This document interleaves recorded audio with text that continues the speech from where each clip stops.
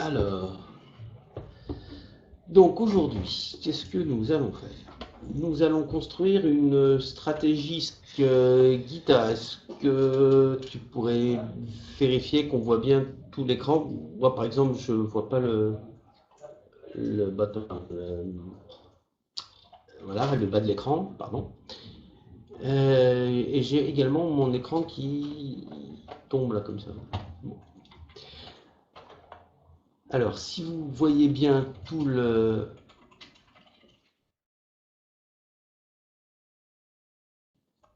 Pourquoi ça tombe là?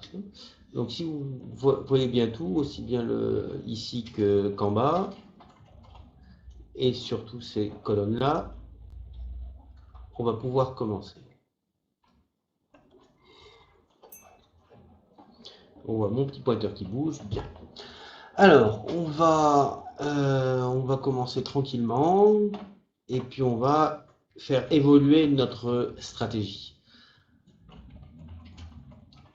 Là, vous voyez, je n'ai pas fait mon login, je ne me suis pas enregistré, ce n'est pas nécessaire en fait pour l'instant. Donc je vais commencer par les J, donc on candles. Cette fois, on va commencer avec les ticks. Donc, point de départ, chaque tick. Vous savez qu'il y a entre 2 et 4 ticks par seconde. Alors, on va simplement mettre, vous voyez, trading, open at market. Allez, on va mettre un pending order. Ouais. Vous voyez la barre rouge, ça veut dire que le bloc n'est pas prêt, qu'il manque des éléments. Donc on va ouvrir à l'euro-dollar. Alors réflexe, on va filtrer les données pour n'avoir que les euros-dollars. Voilà. Vous voyez, il n'y a pas besoin de pointer ici, vous pointez n'importe où, hop, et voilà. Ce que je fais tout le temps, je le dis à chaque fois, c'est cliquer ici, hop, ce qui permet de colorer les liens. Comme ça, si jamais un lien se rompt, hop, on le voit tout de suite puisque le lien devient blanc après. Je vous rappelle que vous pouvez poser des questions sur le chat. N'hésitez pas, posez toutes les questions que vous souhaitez, même si elles ne sont pas en rapport direct avec ce que je suis en train de faire. Voilà, tant que ce n'est pas trop personnel. Pourquoi vous passez par if et pas directement par pending orders? Alors, pour filtrer les données, tout simplement. Ça n'a pas forcément une énorme importance maintenant, mais c'est mieux, c'est une meilleure pratique. Je souhaite travailler uniquement avec l'euro-dollar, donc je filtre pour n'avoir que les données euro-dollar. Donc ça va accélérer un peu le processus quand on va tester, quand on va faire différentes choses. Dès le départ, on a énormément de données, puisqu'on a je vois une trentaine de paires, et on va tout de suite dire non, non, c'est pas la peine de regarder les autres paires, non, non, je vais filtrer et je vais prendre uniquement euro, dollar, parce que c'est ça qui m'intéresse. Voilà. Alors, donc, on X, tick instrument, donc je veux que le tick instrument, alors ça soit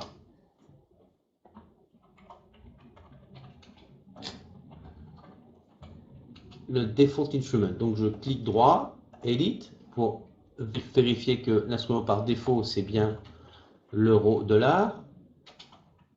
Et voilà. Et là, vous voyez, ça devient vert. Alors, mais les paires, on peut les sélectionner. Alors, mais les paires, on peut les sélectionner dans Instruments, dans Pending Orders. C'est vrai.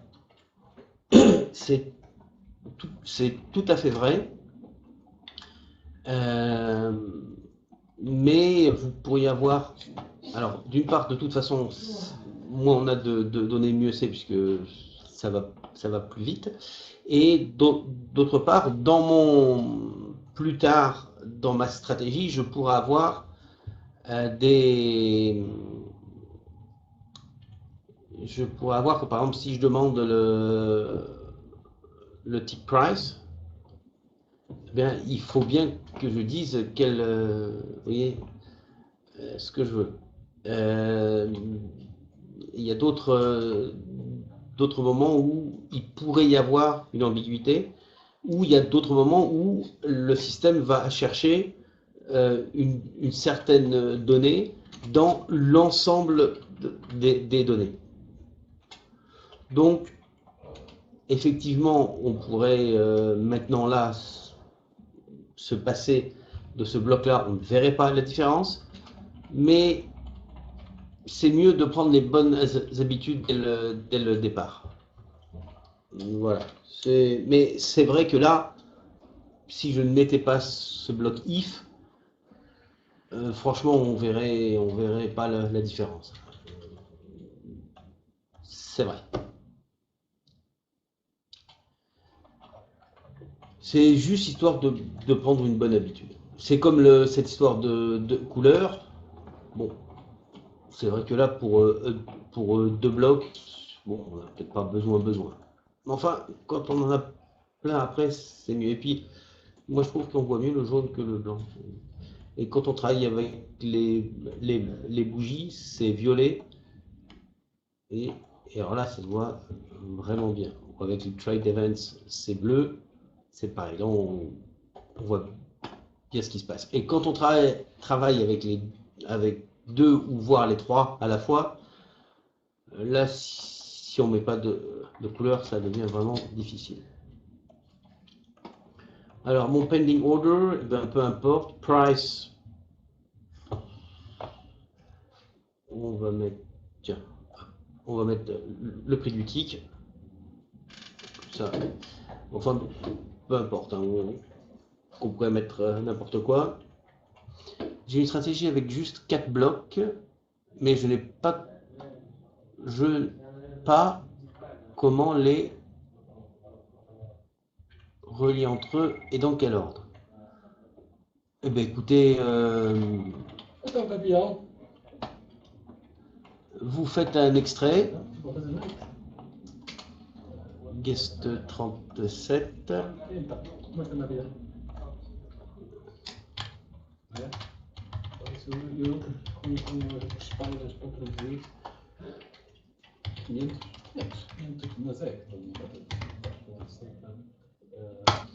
Voilà, vous faites File, Export, et le petit VF file, vous me l'envoyez tout de suite. Et si je le reçois assez vite, je le ferai on le fera en direct. Donc, ici, output value, là, je n'en ai pas besoin, mais je pourrais dire, ben voilà, si c'est bon, je vais créer une variable dont je pourrais me servir plus tard. Si c'est pas bon, je vais faire une autre variable. Là, bon, ça rentre pas dans le cadre de ma stratégie. Et ici, hop, je pourrais nommer ma position de manière à m'en servir plus tard et surtout à me servir des données de cette position. Si l'heure à laquelle elle a été ouverte, etc. Comment, je peux écrire ici un commentaire, c'est du texte libre, ou créer une variable, et je peux après chercher dans ce commentaire, c'est-à-dire utiliser le comment dans un if block. Slippage, ben on va mettre le default. Là, par exemple, le default slippage, donc cliquez droit, edit, c'est 5. Je peux très bien le changer, 15. Hop. Un slippage ici. Et maintenant, à chaque fois que j'utiliserai le default slippage, ça sera 15. Default stop loss, default take profit, c'est 50. Je clique droit sur default take profit, edit, je mets 5.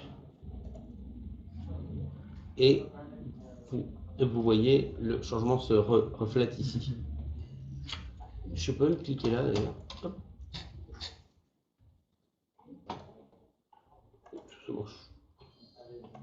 Bon.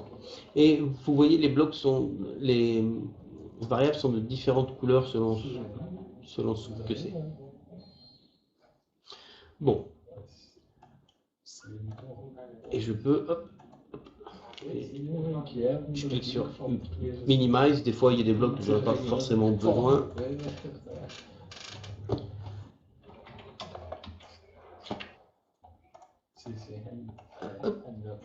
Non. Bon, alors le problème de cette stratégie, c'est qu'elle va ouvrir une position à chaque tick. C'est-à-dire plusieurs positions par seconde.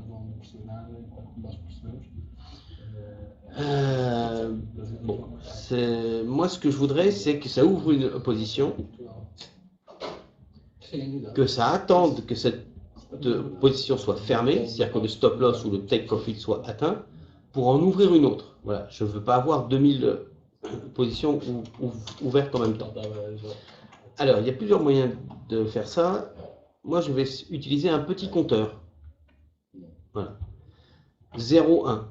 C'est pas compliqué, c'est binaire. Position, pas de position. Donc, pour ça, je vais ici utiliser le bloc logique if. Donc, je vais chercher position info.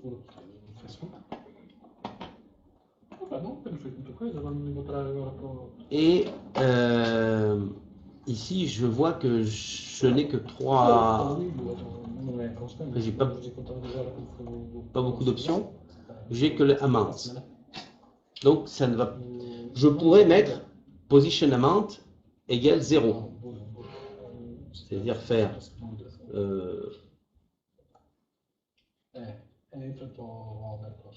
hop, open positions, position amount égale 0.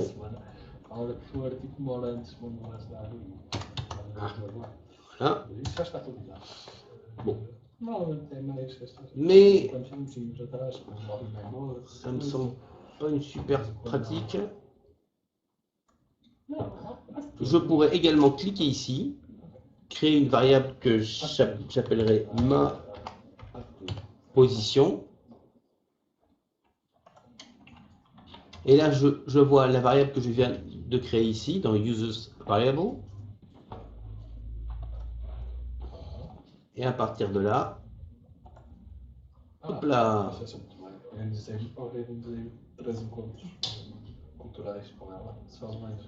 je peux avoir position state.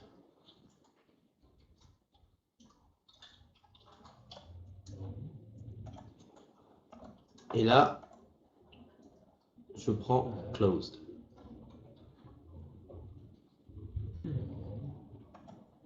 Voilà, donc ça veut dire que si cette position est fermée, alors je continue et je mets mon compteur à 0 puisque je n'aurai plus de position.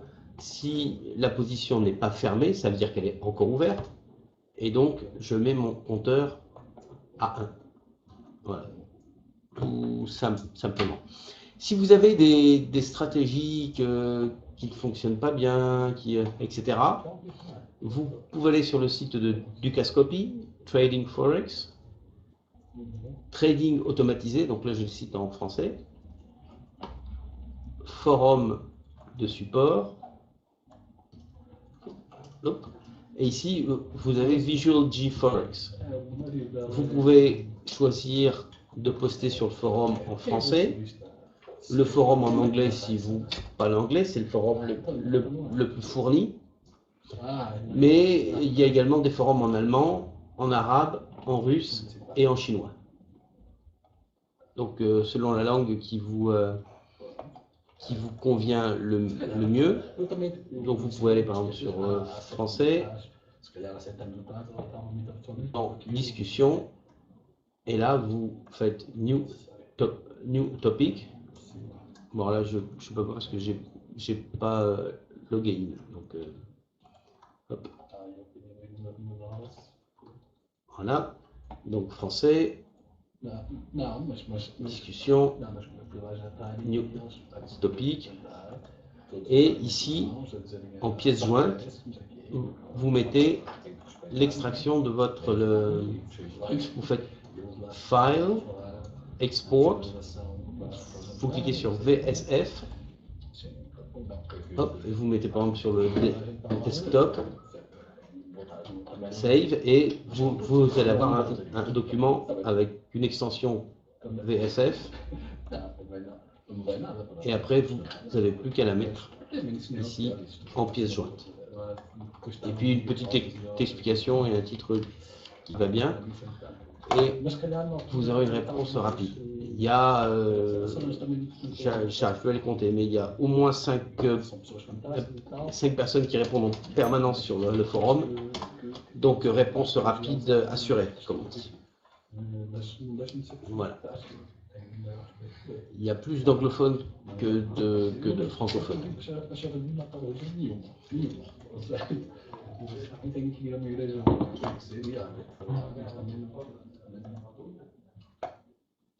Alors, où est-ce qu'on est ici? Voilà, donc hop, je relis là. Guest 37, vous pouvez poster votre stratégie ici. Et si vous le faites rapidement, eh bien, je pourrais même analyser votre stratégie en direct. Alors donc, if state close, on va utiliser mathematical assign. Donc si cette position est fermée,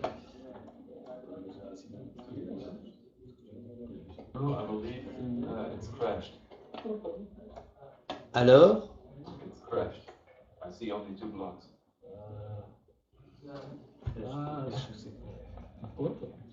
est-ce que tout le monde, mon collègue me signale que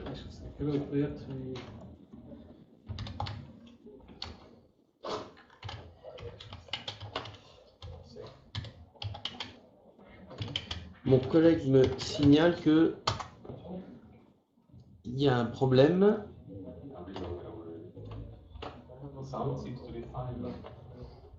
Est-ce que vous voyez bien les... You wrote something? Ah. Test. Ah, bon, alors, ça fonctionne. Alors, dites-moi, est-ce que vous voyez 3 blocs? Hop. Et voilà, maintenant ça va mieux. Très bien. Donc, c'est look. Mine is... Okay. It's moving itself. It works. Très bien. Donc, on reprend. Donc, si la position est fermée, je vais assign value fait ici. Alors, je pourrais taper 0, mais je préfère créer une variable parce que dans le futur, je pourrais peut-être me dire, oh bah après tout, je vais faire autrement. Start value, donc c'est bien 0. Puis en plus, moi j'aime mieux, c'est plus joli. Bien. Et assign, compteur. Je vais marquer compteur. Start value, eh ben, au début, ça sera forcément 0. Hop. Évitez de ne pas mettre start value. Des fois, c'est pas forcément utile.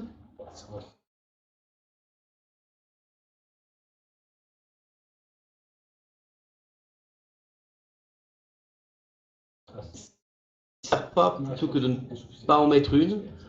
Sur le forum, on a beaucoup de gens qui disent oui, ça marche pas, etc. Et puis quand on cherche, on s'aperçoit que c'est parce que il y a une calculation qui ne peut pas se faire ou une comparaison qui ne peut pas se faire parce que une variable n'a pas de valeur. Voilà. Donc ici, ma valeur de départ, ça va être 0. Hop, elle est là. Voilà. Vous voyez, quand je pointe, là j'ai le nom de la variable. Quand je la pointe, je vois sa valeur qui est de 0. Donc, à partir de là, je veux repartir ici. Donc, je pourrais faire comme ça. Mais ça ne me plaît pas du tout, puisqu'il faudrait aussi que je relie ici. Et ça ne me plaît pas du tout. Pour ce, je vais utiliser quelque chose qui s'appelle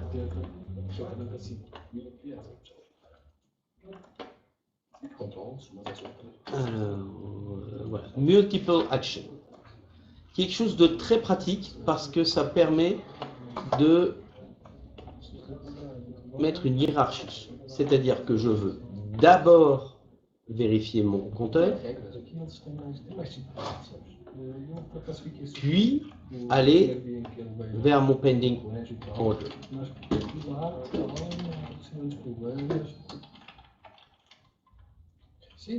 Mais écoutez, guest 37, mettez votre stratégie là dans le support board et dès qu'elle arrive, vous me enfin, dès qu'elle arrive, dès que vous l'avez fait, vous me le dites.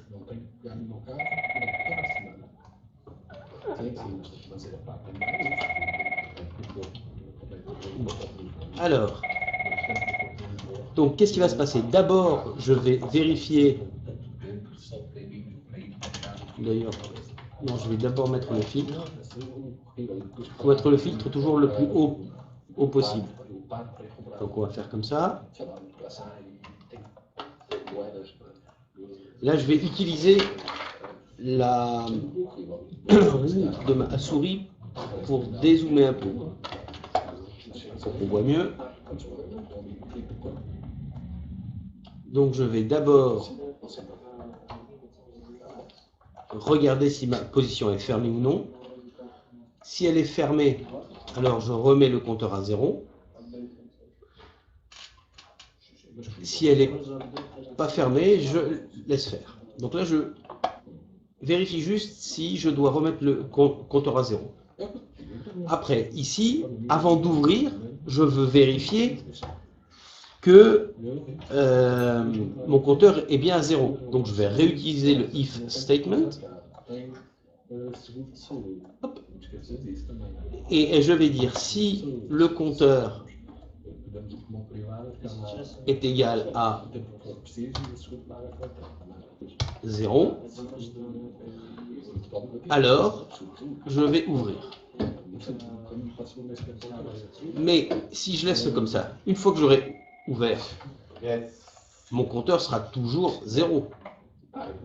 Donc maintenant, il faut que j'incrémente mon compteur.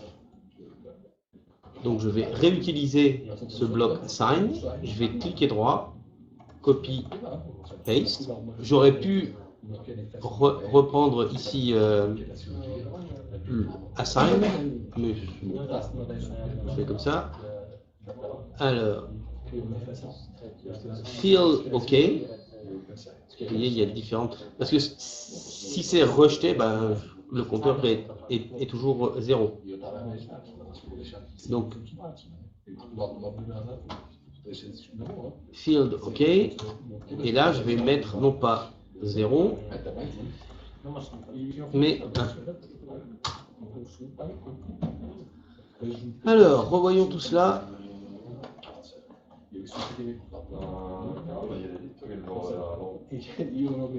Du début. On tick. Là, c'est simplement mon filtre euro-dollar. multiple action. Donc, on commence par ce plot-là. Vu que je viens juste de commencer, forcément, la position ne doit être fermée puisqu'elle n'a pas été ouverte. Donc, on est là. Le lien, le flux se brise. Donc, on revient ici. On passe là. Mon compteur est-il égal à 0? Oui, puisque c'est la valeur initiale qui n'a pas été bougée. Mon compteur est égal à 0. Oui, vous voyez, égal. Hop. Je place mon ordre. On continue. Si jamais l'ordre est rejeté, eh bien on revient au début et on recommence. Si jamais l'ordre est OK, alors j'attribue la valeur 1 à mon compteur. J'arrive à la fin et là je repars. Ma position est-elle fermée? Non. Très bien. Je reviens là. Mon compteur est-il égal à 0? Non, puisque maintenant mon compteur est égal à 1. Donc, je n'ouvre pas. Et je reviens au début. Si ma position a été fermée, donc close, oui, hop, le compteur est remis à 0. Je reviens là. Le compteur est-il à 0? Oui.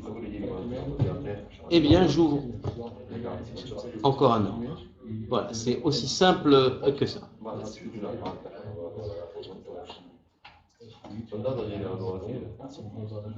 Et ce, c'est quelle que soit la raison de la fermeture de la fermeture de la position. Vous voyez que j'ai beaucoup de données ici sur ma position, notamment le profit lost in pips, profit lost in dollars, etc. Ou le profit ou la perte dans ma monnaie, dans la monnaie de mon compte, dans la devise de mon compte.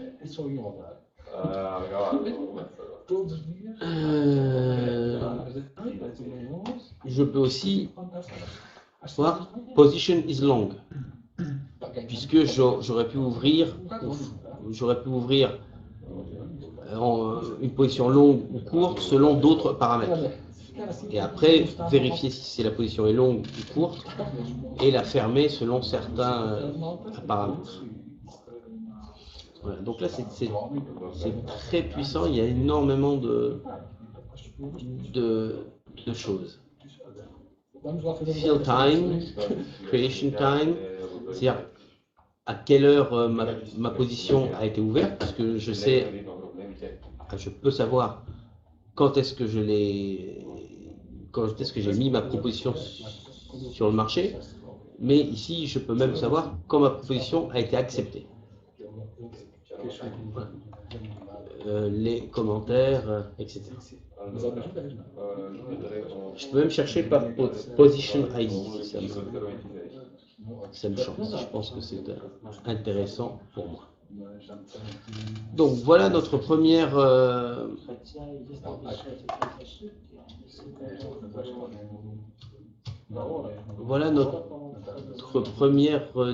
discussion. Notre première stratégie. Est-ce qu'il nous reste un peu de temps? Oui. Alors, on va la faire évoluer. Mettons que, simple hypothèse d'école, je dise, eh bien écoutez, je souhaite trader seulement lundi et mardi. Pourquoi pas? Alors là, il va falloir que je mette un filtre. Ici ou là, ça n'a objectivement pas une énorme importance. On va le mettre là. Pour dire, je veux vérifier si nous sommes lundi, mardi, mercredi, jeudi, etc. Donc pour ça, j'ai quelque chose qui s'appelle Get Time Unit.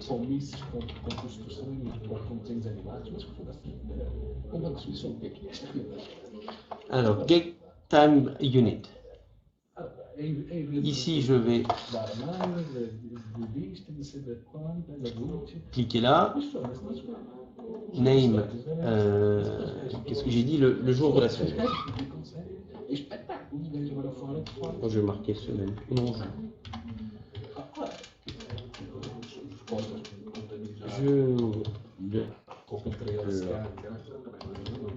semaine.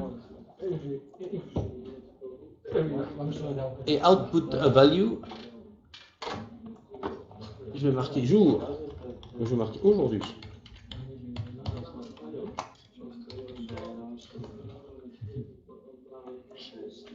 Et alors, très important, il faut que je décide dans les settings ce que je veux. Donc là, je vais prendre Day of the Week. Et le résultat, ce ne sera pas lundi, mardi, mercredi, ça sera 1, 2, 3, 4, 5, 6 ou 7. Puis 7 jours. Donc, là, cette variable-là va prendre comme valeur le jour de la semaine. À partir de là, eh bien, un simple if va me permettre de finaliser la chose. Je vais sur Logical, if aujourd'hui, alors j'avais dit quoi? Lundi, mardi?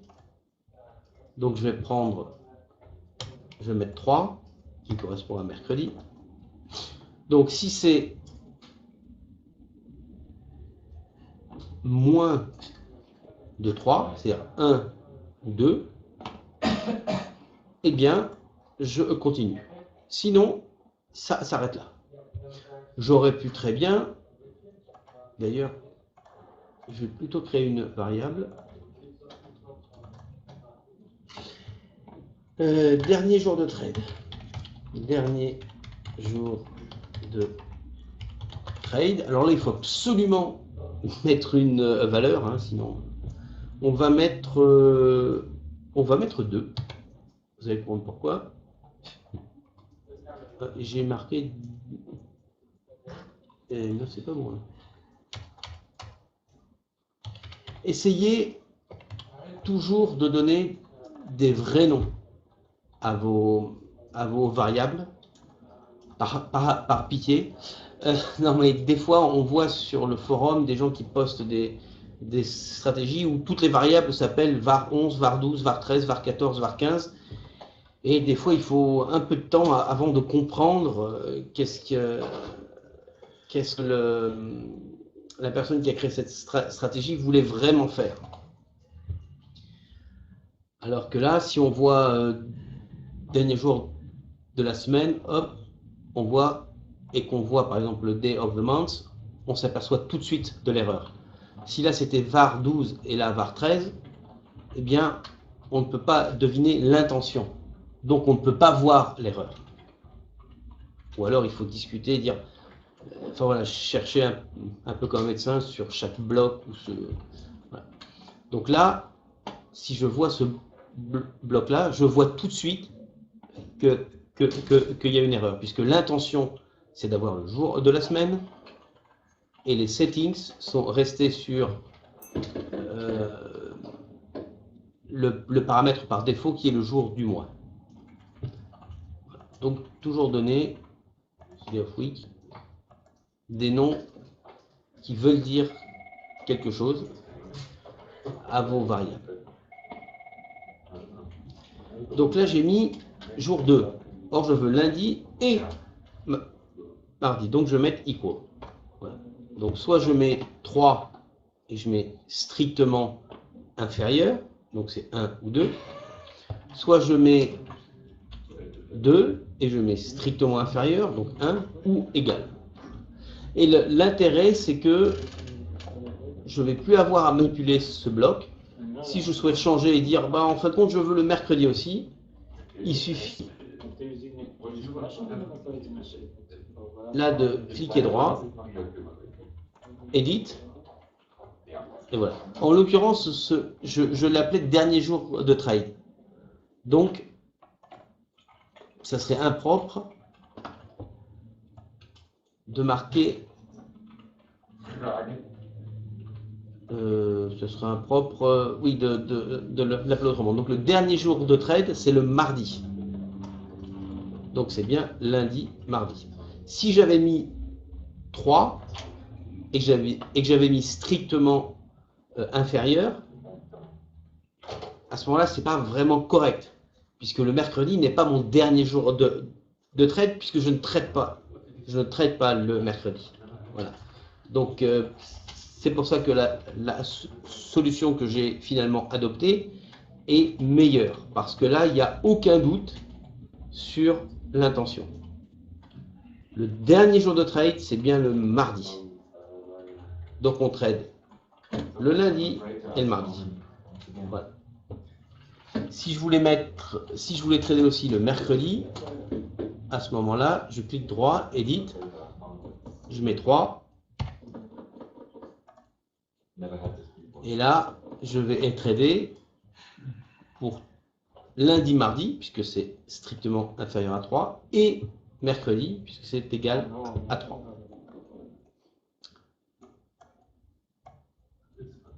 Hop.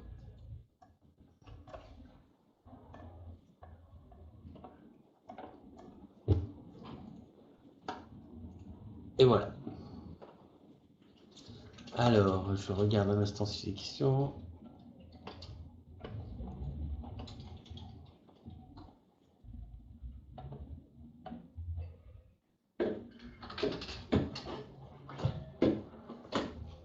Alors, on va regarder si la stratégie est arrivée ici.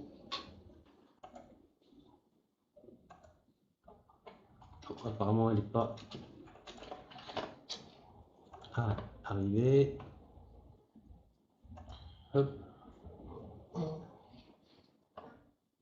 Donc là, vous voyez, il y a énormément il y en a des dizaines et des dizaines de pages. Running price up, ça c'est intéressant comme question. Est-ce qu'elle a déjà été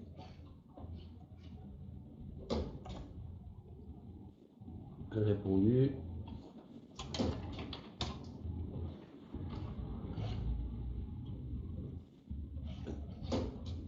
Alors, également, ici, vous trouverez les webinaires avec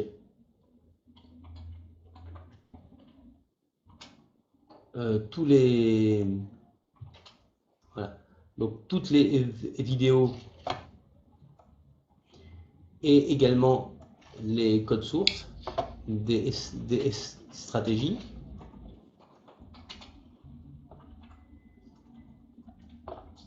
Voilà. Tout est là.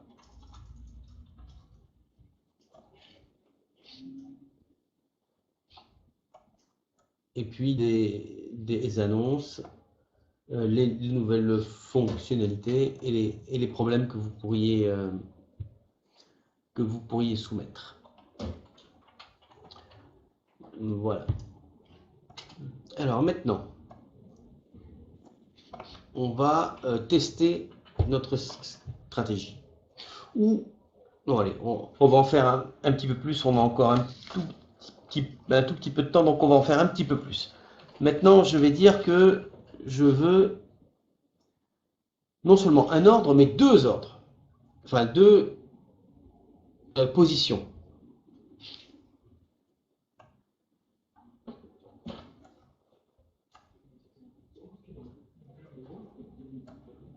Ou alors que je veux trader seulement à certaines heures. Ou n'importe quoi d'ailleurs. Si vous avez des idées, envoyez-les. Si je voulais trader seulement à certaines heures, eh bien, écoutez, c'est très simple. Vous voyez, j'utilise la touche contrôle de mon clavier. Je fais clac, clac, cliquez droit, copie, paste. Je peux également sélectionner ces deux-là, cliquer droit, faire Create Group. Et là, surtout, par pitié, donnez un nom à votre groupe.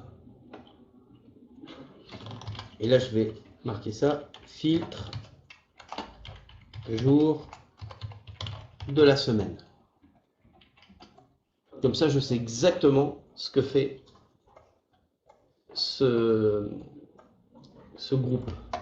Voilà. Si je clique là, je vois ce qu'il y a dans le groupe. Hop.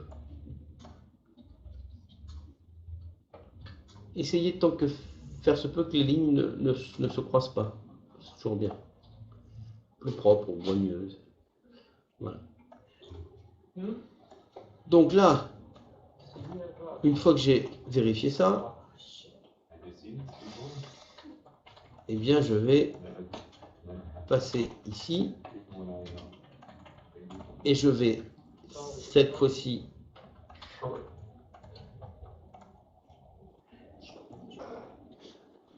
marquer heure.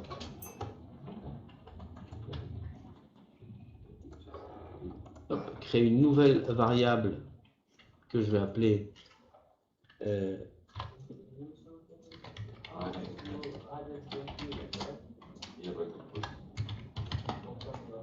trade. Vous allez comprendre pourquoi je fais ça. Hop. Hop. Ici, surtout, settings, je vais prendre hour.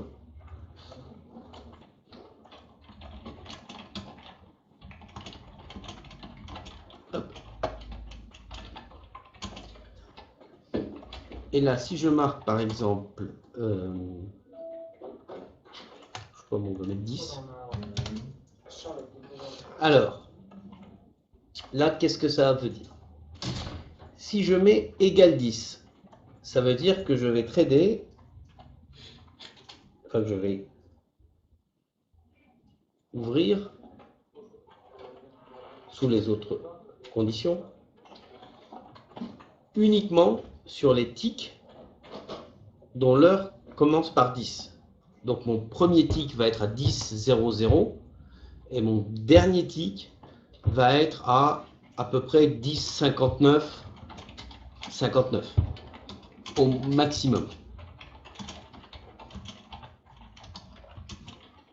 En fait, un tout petit peu plus, c'est 10,59 fait un tiers de seconde, ou 2 tiers de seconde, ou 3 quarts, allez, maximum 3 quarts de seconde. Voilà. Maintenant, si au lieu de mettre ça, je mets strictement supérieur, plutôt. Ça veut dire que mon premier pending order, mon premier ordre, ma première proposition, je vais la placer à 11h0000. D'accord? Et jusqu'à 0000. Exclu. Maintenant, si je veux trader entre telle heure et telle heure, mais écoutez, c'est pas compliqué. Je vais remettre un bloc. Copy, paste. Donc, si je veux trader à partir de 10 heures, je vais mettre equal ou supérieur. Si je veux traiter à partir de 11 heures, je mets strictement supérieur. Maintenant, je veux trader jusqu'à 14 heures, parce que je me dis euro-dollar, là où il y a le plus de liquidité, c'est à peu près ces eaux-là. là où il y a le plus de liquidité, le moins de chances d'avoir des annonces du aux Américains ou des trucs comme ça. Bon, admettons. Bon, je vais même mettre 15 heures. Alors, ici, c'est toujours la même chose. Si je mets strictement inférieur, ça veut dire que mon dernier trade potentiel sera à... Enfin, mon dernier pending order, mon dernier ordre conditionnel. Donc, cet ordre-là pourra être exécuté plus tard. Donc, je peux très bien avoir une position qui s'ouvre en dehors de ces heures-là. Mais mon ordre conditionnel va être soumis au maximum à 14h59, 59 et 3/4 de seconde.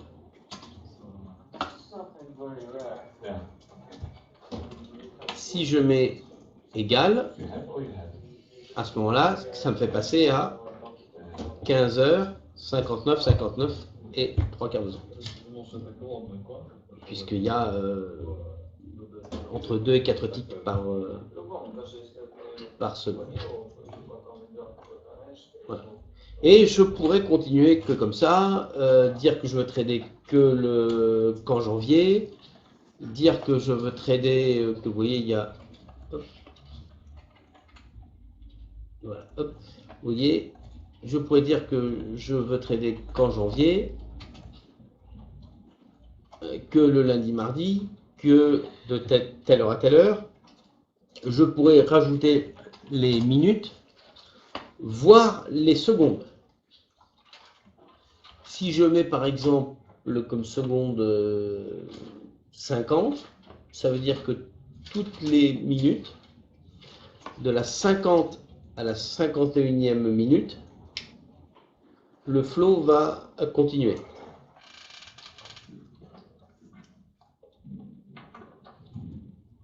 Pardon, on parlait de secondes. Donc ça veut dire que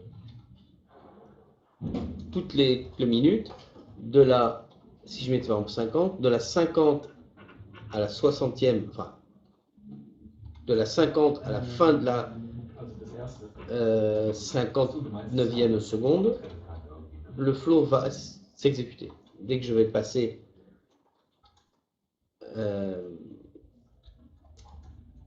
au tick suivant, eh bien, ça va s'arrêter.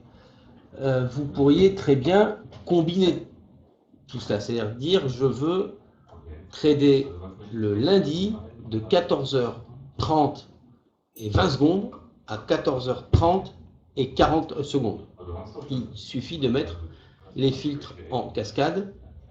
Alors, vous pouvez les mettre dans n'importe quel ordre, mais enfin, c'est pas bien. Commencez par le mois, s'il y a lieu, le jour, s'il y a lieu, l'heure, etc. On va voir si... Non, toujours pas. Bon.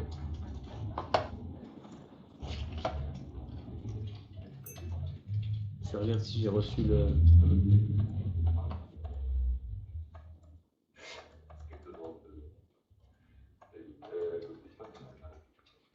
Non, je suis toujours pas reçu le...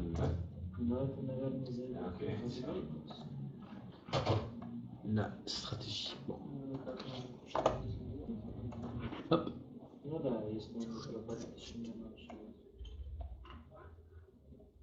Et voilà.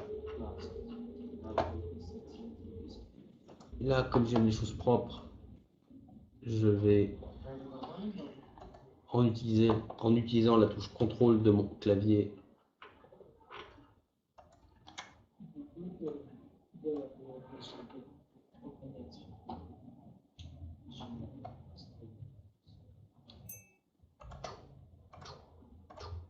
cliquer droit, faire Create Group. Et donc là, qu'est-ce que j'ai dit? C'est c'est de 10h à 15h, bon, de 10 à 16. Ou simplement, je mets filtre heure, puisque ça, c'est susceptible de changer. Donc, filtre jour de la semaine et filtre heure. Et puis, comme il reste quelques minutes, très rapidement, on va mettre un dernier bloc. On va le mettre là, tiens. Juste histoire de se faire plaisir. On pourrait le mettre en fait n'importe où. Mais... on va faire un if. Donc if ma position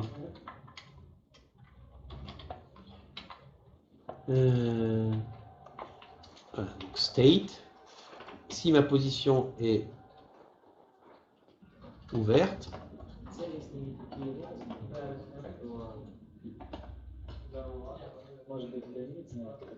sur le field, allez. Et comme ça évitera que ça sonne tout le temps. Eh bien, alors, où est-ce qu'on va la mettre? On pourrait la mettre vraiment n'importe où. Autant la mettre là.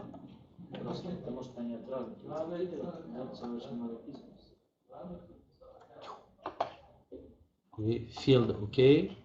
Field, eh bien, sound alert. Hop. On va mettre un petit son. Donc ring, oh yeah, beep, boule, peu importe. Là, on va mettre oh yeah. Et là, beep on back testing. Alors, le problème, c'est que si vous testez, ça risque de faire bip, bip, bip tout le temps. Et à un moment donné, bon, on n'en peut plus. Donc, vous avez l'option de mettre ou non le bip. La première fois, vous allez mettre oui. Et puis, quand vous en aurez marre d'entendre oh yeah, oh yeah, oh yeah, et que de toute façon, vous savez que ça fonctionne, ben, vous pourrez revenir et mettre non. Action, par défaut, c'est non. Donc, si vous ne l'entendez pas, allez voir ici si vous l'avez bien. Pour que ça fonctionne, il faut que vous ayez un accès complet à votre ordinateur. Ou au moins un accès qui vous permette de le faire, parce que c'est du code Java, donc il y a des problèmes de sécurité. Voilà. Et je pourrais mettre d'ailleurs un deuxième sound alert ici.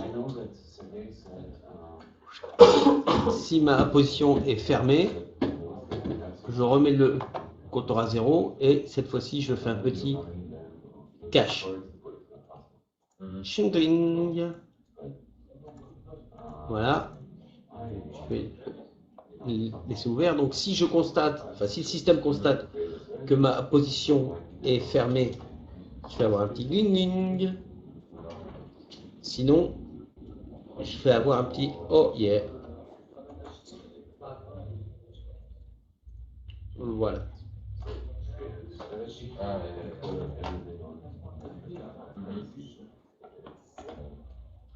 Bon, bah écoutez, il est 56.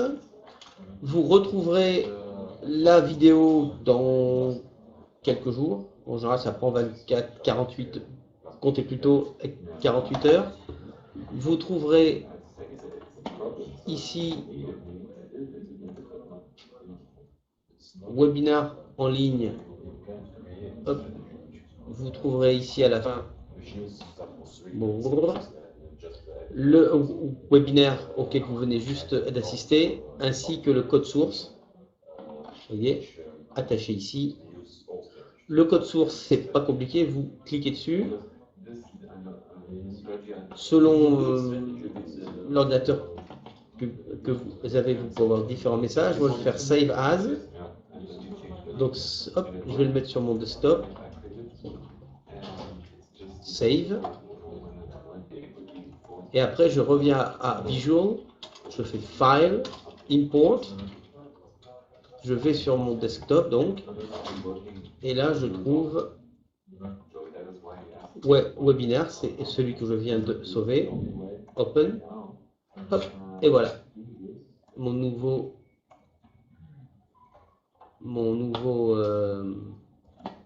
voilà. Et là le but c'était de trader uniquement quand le spread est bas. Et de trader sur les heures. Et là, de trader sur euro-dollar toutes les 10 minutes.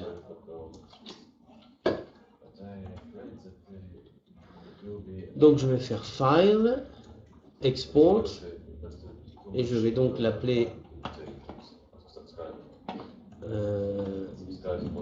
Webinar. Nous sommes aujourd'hui le 06 11. Save, voilà. Et il sera en ligne très bientôt. Oui, ben je conclus. Et donc, on doit finir, oui. Oui, Gita n'est pas francophone. Mais, donc je sais pour les francophones. Et donc, j'allais dire ma phrase de conclusion avant de lire le message de Gita. Donc voilà, les webinaires sont toutes les semaines, donc tous les mercredis à 9h GMT. Donc tous les mercredis à la même heure, vous avez un webinaire Visual Forex en français. Et vous pouvez soumettre toutes les questions que vous le souhaitez. Et comme je ne retrouverai pas la phrase de conclusion que j'avais en tête, eh bien, il ne me reste plus qu'à vous souhaiter une bonne semaine. Ah oui, et donc, il s'agit de cycles qui durent 2 mois. Donc, vous avez un nouveau webinaire, un nouveau thème toutes les semaines pendant 2 mois, puis on revient au thème suivant, avec des nouveaux exemples, des nouvelles stratégies, mais on revient à chaque fois au thème. C'est pour ça que vous verrez, il y a des webinaires qui se ressemblent un peu. Tous les 2 mois, il y a des webinaires qui se ressemblent un peu. Il est 00, je rends donc l'antenne à Gita. Merci Gita, merci à tous d'avoir suivi ce webinaire. Hop, j'ai fait mon stop sharing. Eh bien, voilà, je vais taper. Merci, au revoir.